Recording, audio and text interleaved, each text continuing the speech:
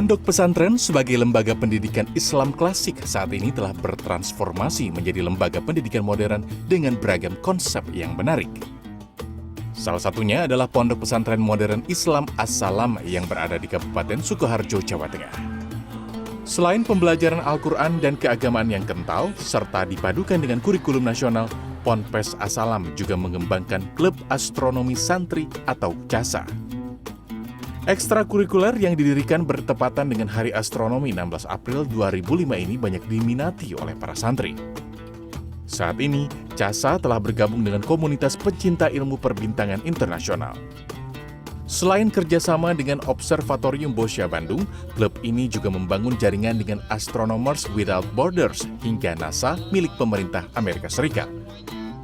Pada tahun 2012, NASA bahkan memberikan sertifikat setelah CASA berhasil mendokumentasikan fenomena transit planet Venus. Peristiwa tersebut merupakan fenomena alam langka yang terjadi 105 tahun sekali. Kegiatan awal ya kita hanya menonton atau melihat film astronomi ya.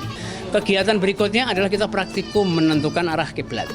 Selain itu kita juga meru'yat hilal. Perkembangan berikutnya yang paling mungkin menggembirakan, Allah mentakdirkan ada fenomena alam langka. Tahun 2012, itu ada fenomena namanya transit Venus. Kini, klub observatorium pesantren ini telah memiliki 10 teleskop bernilai ratusan juta rupiah dan dilengkapi kubah astronomi atau dome. Salah satunya itu keinginan dan juga penasaran, Pak. Apalagi ilmu langit kan ilmu yang mahal. Terutama di negara kita di Indonesia, sekolah-sekolah yang punya observatorium kan sedikit, Pak. Dan di sini merupakan kesempatan emas. CASA sekarang kerap menjadi pusat pengamatan hilal untuk menentukan awal bulan Ramadan. Sejak 2 tahun terakhir, Kementerian Agama bahkan memanfaatkan fasilitas yang dimiliki CASA untuk mengamati hilal di wilayah eks-Karesidenan Surakarta.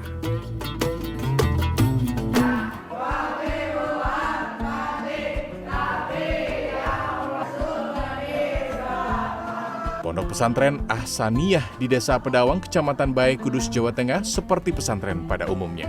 Namun yang membedakan adalah para santri di sini semuanya merupakan anak berkebutuhan khusus.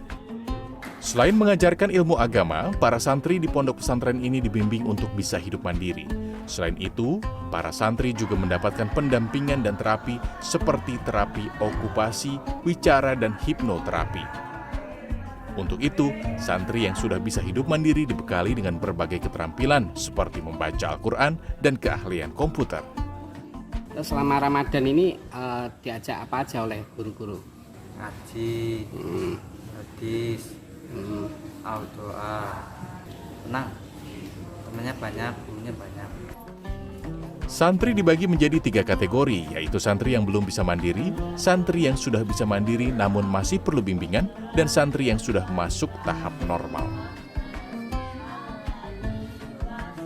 Ketika kita mengajar, anak itu paham, kita pasti bangga banget. Karena anak-anak berkebutuhan khusus itu, kalau kita ajarin itu nggak langsung bisa.